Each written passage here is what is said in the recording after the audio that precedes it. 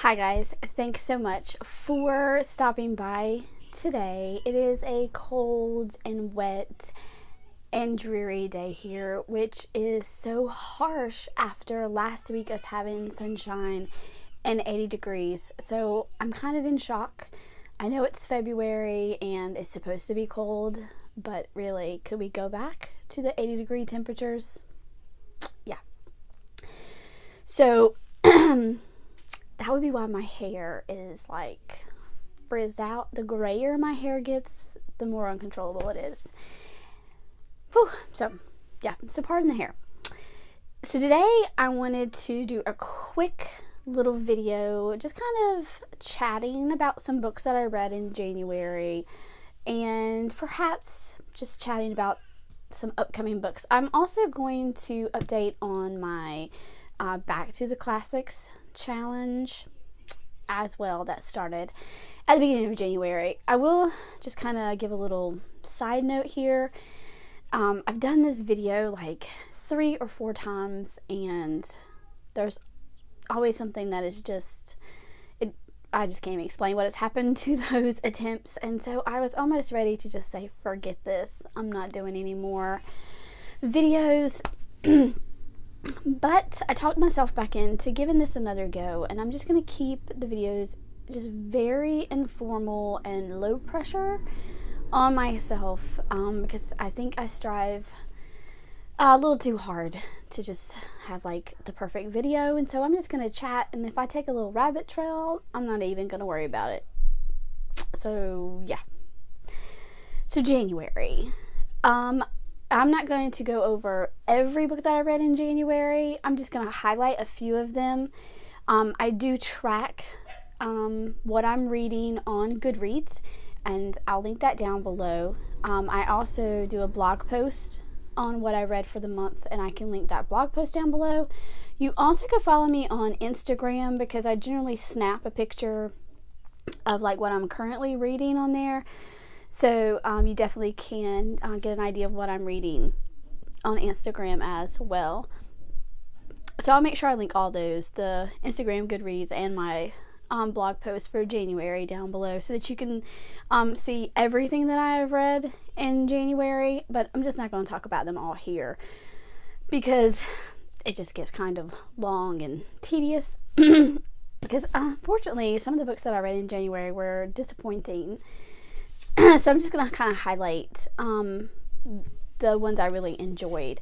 Unfortunately, some of them had to go back to the library because there was a waiting list, and one of the library systems I use is 40 minutes away, and so when myself or my husband happens to be going in that direction, we return books, so I can't hang on to them as long as I would like to sometimes, but that's okay.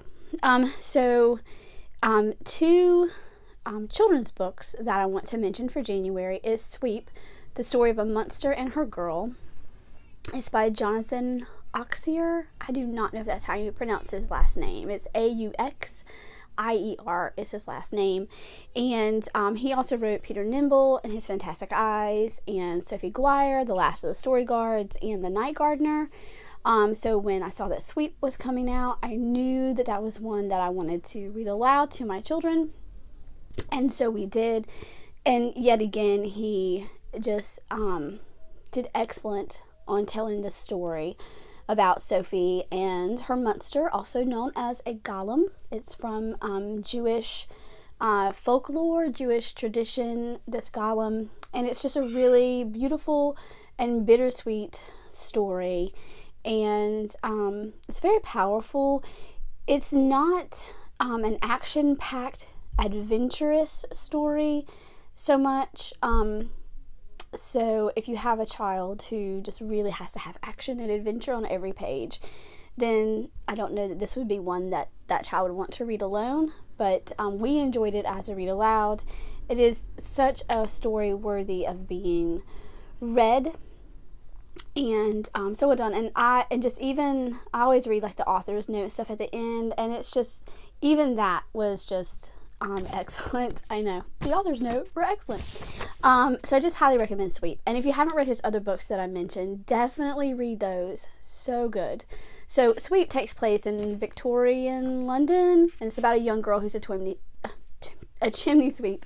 So it's back when children worked for the chimney sweepers, going down the chimneys to clean them and stuff. So it's a really, really great story. Just great characters and just a beautiful story. So I highly recommend that.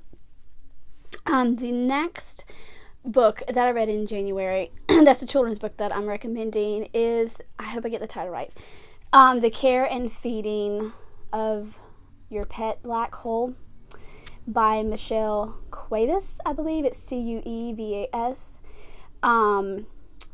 She also wrote another book that I know I'm going to mess up the name on, and so I will just link it down below. But it's the other book that we've read by her previously was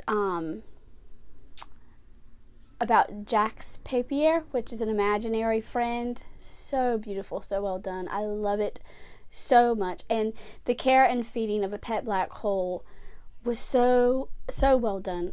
It was funny and quirky, but also sad because it's dealing with death, and just it's about this young girl just going through the grieving process. It's set in the 70s, so you get a little bit of the history of that time period kind of weaved in there as far as science and astronomy goes. So if you have a child who's interested in like space, of course, it's a pet black hole, so you have some space stuff in there. It also deals with death. It's kind of quirky and funny, and it's so well done. And her inspiration for writing this story was the death of her stepfather, and it's just so well done. I can't recommend it enough. I just grabbed it based on it being by her, and 2 of my daughters read it, and we all loved it. It was really well done. So I recommend that one. And again, I'll put all these titles that I mentioned in this video down below, so you can look them up and see the covers, because I know I find that extremely helpful to be able to see the covers. So I also read, and I read this one out loud, which was Marie Antoinette. It's a world landmark book, and so this is a biography of Marie Antoinette. I read this during our group time, like once a week I would read a chapter from this, so we've been reading it for a few months. Excellent. We enjoyed this so much, from my teens on down to my 7-year-old. Just really enjoyed the story, and of course my older ones knew the end that would hit Marie Antoinette, how her life would end, because of course they've read about her in their personal history studies. But it was just interesting because this goes back to her childhood, and so you can kind of just see how she was destined for things not to end well, just in how she was prepared for the life that she was heading into and such. So it's just really just sad and heartbreaking, really, that she was just heading toward doom. So yeah, so really enjoyed that one. So now on to the books I read personally. Of course I read the children's book personally for me, but adult fiction. I read I'll Be Your Blue Sky by Marissa de los Santos, I believe. It's the 3rd book in this series. I don't think there's like a name of this series, but the books are all connected. So the first one was Love Walked In, and then the second was Belong to Me, and this third one was I'll Be Your Blue Sky. And I just loved her writing, and I loved the characters, and I just loved I guess her writing style and her use of words and language. And I started and read the first one, Love Walked In, preparing to be disappointed, and I just loved it. And so when I saw that I'll Be Your Blue Sky came out recently, I immediately put it on hold at the library and just devoured it when it came in. So good, such good. I just love the relationships of the characters. And this one, I'll Be Your Blue Sky, kind of had a Kate Morton feel to it. So if you like Kate Morton books, you might like this. Not so much like suspense or anything like that, but it's talking about people currently in present time, and then it goes back to years before, and you're seeing a story unfold there. It's kind of going back and forth, and you have this young person who is searching for the connection to the past. It's just really well done. I highly recommend it. I do. The other book that I read in January that I absolutely loved is A Gentleman in Moscow by Amor Towles. I have no idea. I'm horrible with names. This is so good. So well written. I love this book. I want to own it. This is a library copy. But this is one I would love to have sitting on my shelf because I could see myself rereading this book. And I'm not a huge I don't reread a whole lot personally. I reread a lot that I read aloud to my children, but not me personally, which I know you should. Anyway, this book is so well done. The author just has an amazing way with words and language and just the flow and the feel of the story. It is not an action, adventure, fast-paced story. This book covers decades, and I hated to see it end. It's like I couldn't read it fast enough, and then when I got to the end, I was like, it's over.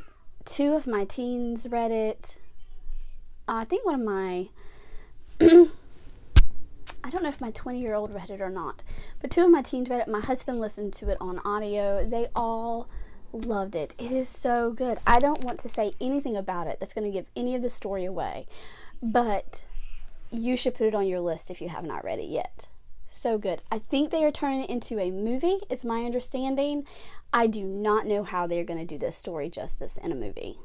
There's just certain aspects of this I don't know how they're going to portray on screen. So I can't wait to see how they're going to pull that off. This, so good. I highly recommend it. So that kind of covers January. That's all I'm going to say about that. If you want to see everything that I read in January, just go to my blog or Goodreads and you can see it there. So I wanted to give a quick update on the Back to the Classics challenge. I'm not progressing as quickly as I wanted to on that. Hopefully in February we'll see a bit more progress.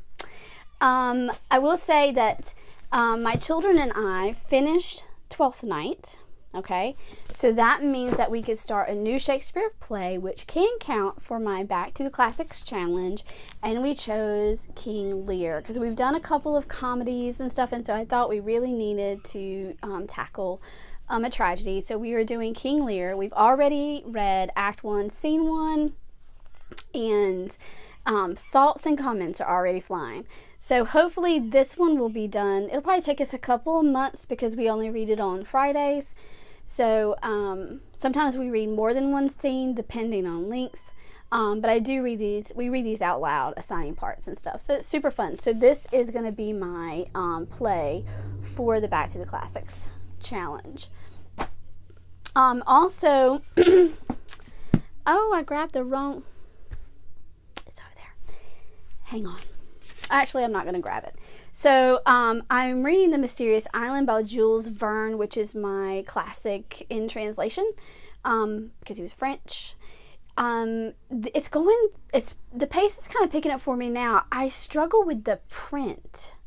I'm finding the story interesting, but there's something about the print of the book that is just difficult for my eyes to read. It's not tiny print and it's not large print because I have an issue with super large print.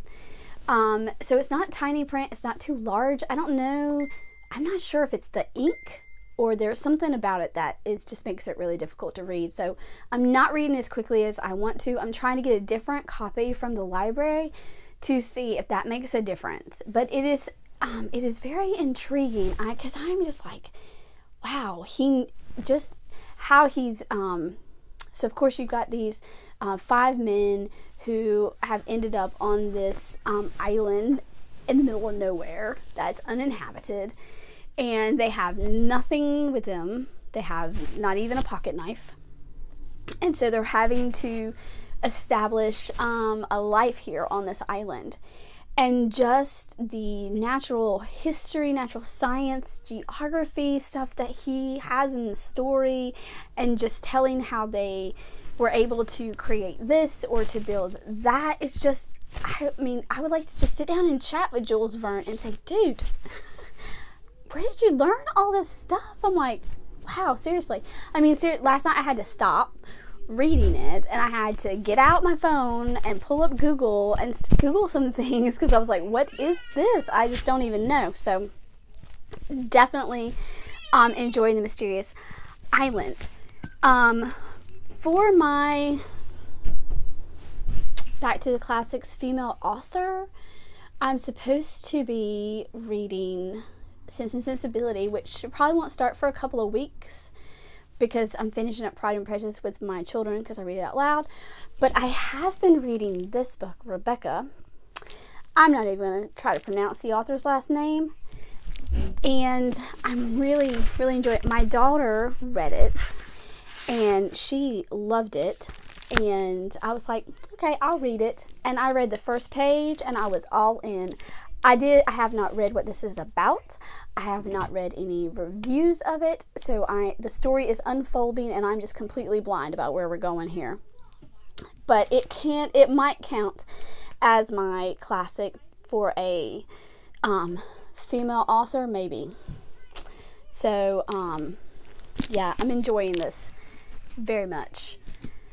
So, is there anything else? Let me check my little cheat sheet here. Was there anything else I was supposed to say? I do not think so. I think that's it. So there you go. So those are just a few books that I read in January. And that's an update on my Back to the Classics challenge for this year. And, which I also update on my blog. I probably should do that, shouldn't I? Yeah, I probably should get on that post. Anyway, that is it. So, there you go. So, I hope you guys, I know it's cold and rainy here, and I'm going to take probably it's been a busy day. It's been a crazy day. My kids have been so cranky today, and just, so I think when I'm done with this video, I'm going to take like 15 minutes. Someone get me a Dr. Pepper because hashtag Dr. Pepper is my coffee. And I'm just going to sit down and read a couple of chapters, either from The Mysterious Island or from Rebecca. I'm not sure which one I'm going to read, or I might read something totally different. I don't know.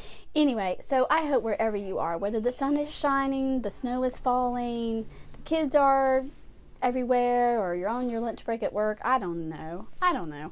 I just hope you find time to read a chapter or 2 or 10 today and enjoy your coffee or your tea or your water, or whatever it is you enjoyed to drink while you read a book, and just have a great day, y'all.